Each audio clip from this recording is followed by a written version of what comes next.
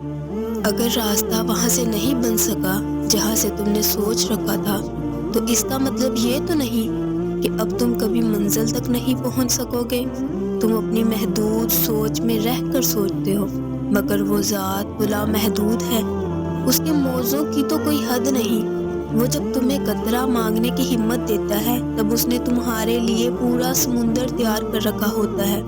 تمہارے دل میں خیال بعد میں آتا ہے اور اس تک پہلے پہنچ جاتا ہے۔ وہ دیری انہی کے لیے کرتا ہے جن کا مانگنا اسے بے حد پسند آ جاتا ہے۔ ان بے شمار آوازوں میں اسے تمہاری آواز بھاگ گئی ہے، اب اس لیے وہ چاہتا ہے رابطہ تھوڑی دیر اور قائم رہے۔ تو پھر دیری کی فکر کیوں کرتے ہو؟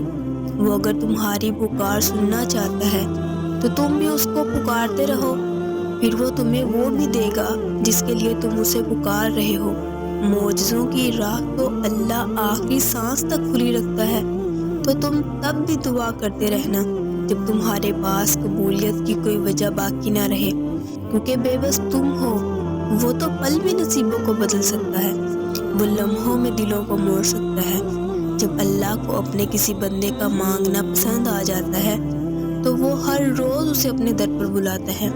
اس کا رونا سن کر بھی وہ مسکراتا ہے، کیونکہ وہ جانتا ہے کہ تم اس پر یقین رکھتے ہو، اس کی محبت پر بہت مان ہے تمہیں، اسی لیے تو اس کے حضور دامن پھیلا کر روتے ہو اور جانتے ہو تب اللہ تمہاری دعائیں سننے کے باوجود عطا کرنے میں دیری کیوں کرتا ہے، کیونکہ وہ چاہتا ہے کہ تمہیں کچھ دیر اور خود کو مناتا ہوا دیکھ سکے۔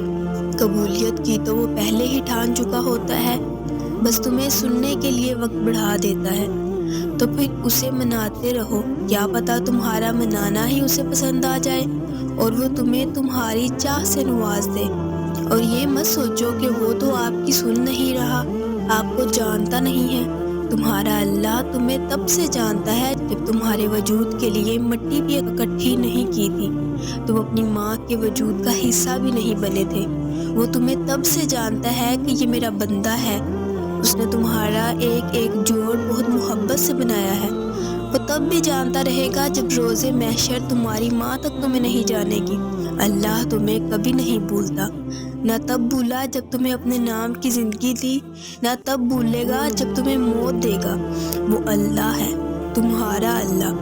تم ہر وقت اپنے اللہ کی نگاہ میں ہو، کیا وہی نہ جانے گا جس نے پیدا کیا ہے؟ حالانکہ وہ باریک بین اور باخبر ہے۔ تم بس اللہ پہ پختہ یقین رکھو۔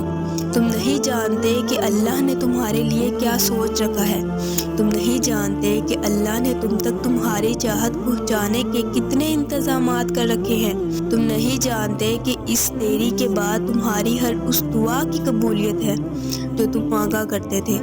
تم نہیں جانتے جس کی ایک تجلی سے کوہ طور راکھ ہو جائے، اس کا ایک حکم کیا سے کیا کر سکتا ہے۔ تم نہیں جانتے کہ تمہارے خوابوں کو پورا کرنے کے لیے اس نے کیسی تدبیریں بنا رکھی ہیں۔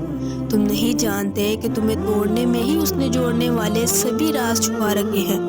تم نہیں جانتے کہ اس نے اختتام میں تمہاری رضا کو ہی تمہارا مقدر لکھ رکھا ہے۔ زندگی کئی ایسی راہوں اور مراحل سے گزار کر تمہیں تمہاری چاہت تک لاتی ہے، جن پر چلنے کے لیے تمہارا دل مطمئن نہیں ہوتا، تاکہ خوشی سے پہلے غم کی لذت جان لو اور حاصل کی قدر کرنا سیکھ لو۔